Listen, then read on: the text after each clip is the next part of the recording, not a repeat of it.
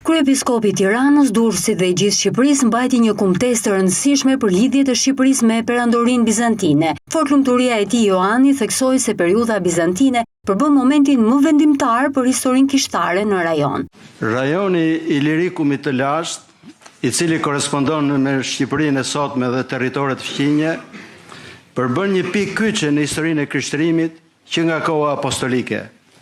Via Egnatia, rruga e madhe perandorike, që lidhte Romën me Konstantinopolin përmes Durrësit dhe Selanikut, përcaktoi rëndësinë strategjike të rajonit.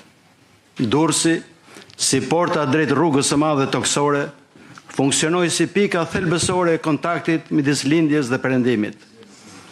Krishtërimi ka fillimet e tij në këto territore qysh në mesin e shekullit të parë. Në letrën drejtuar romanëve, Shën Pavli shkruan: me fuqi shenjash e çudish, me fuqi të frymës së Perëndis, kaq sa që nga Jerusalemi e përqark e deri në Ilirik e ka mbushur me ungjillin e Krishtit. Nga Romanët 15:19. Prania e një peshkopi të Durrësit, Qesari, një nga të 70 apostujt, i vendosur sipas traditës së kishës nga Shën Pavli në vitin 58 mbas Krishtit, dhe një peshkopi tjetër martir, Shënastit, në vitin 98, dëshmon për praninë e hershme të krishterë në rajonin tonë. Dëshmitë e lindjes së qytetërimit shqiptar gjatë periudhës bizantine u dhanë edhe nga studiues të huaj. Profesor Peter Schneider referoi mbi ngjarje të rëndësishme të asaj periudhe.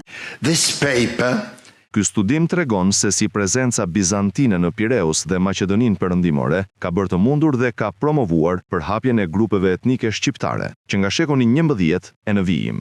Historia e hershme e shqiptarëve kryesisht është një çështje burimeve, veçanërisht atyre të shkruara. Është një faktor i mirënjohur që bota greke dhe romane ka njohur vetëm emrin Albanoj, Albani, në 2 rajone, në Kaukaz dhe në jug të Romës. Në Ballkanin Perëndimor, shqiptarët përmenden në një dokument të gjetur në Shkup në vitin 1931, ku përmendej emri Albanopolis, por deri në vitin 2024, ky dokument topografik historik nuk u përmend gjatë një studimi etnografik. Ne tashmë kemi të parën dhe të vetmen provë që në shekullin e 11, një grup etnik që e quante veten shqiptar jetonte në një rajon afër Shkupit. Akademiku Plum Gjufi në kumtesën e tij u përqendrua në gënjeshtrat e përhapura nga studiues që kërkuan të mos njihnin historinë e shqiptarëve. Profesori shpjegoi se nga shekulli i 2 deri në shekullin e 11, dokumentet me dëshmitë e shqiptarëve janë zhdukur qëllimisht. Në shekujt e zbrastirës dokumentare në Thonjza,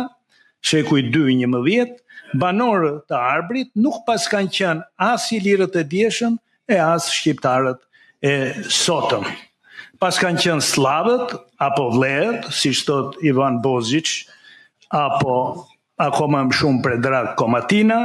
Historiani e gjeografi prusian Konrad Mannert, që në vitin 1812 e konsideroi edhe vetë njoftimin e Ptolemeut për albanët si një interpolim të mëvonshëm nga dora e dikujt, thot ai, citoj, që donte të provonte origjinën e hershme të emrit Arbëri, Albanian. Megjithatë, ndokush vijon t'i referohet Mannertit, a thua se ekzistenca apo mos ekzistenca e hershme e arbërve në Trojë ku jetojnë sot, e gjithë ditën, varen nga mendimet pa bazuara të pa provuara si ky i Mannertit në fjalë, që mund të mirëkuptohen për nivelin e mangët të dijeve. Konferenca e parë ndërkombëtare Shqipëria në periudhën bizantine synon të hedhë dritë mbi historinë e shqiptarëve dhe përpjekjet për të asimiluar prezencën e tyre në ngjarjet e rëndësishme nga shekulli i 2 deri në shekullin e 11.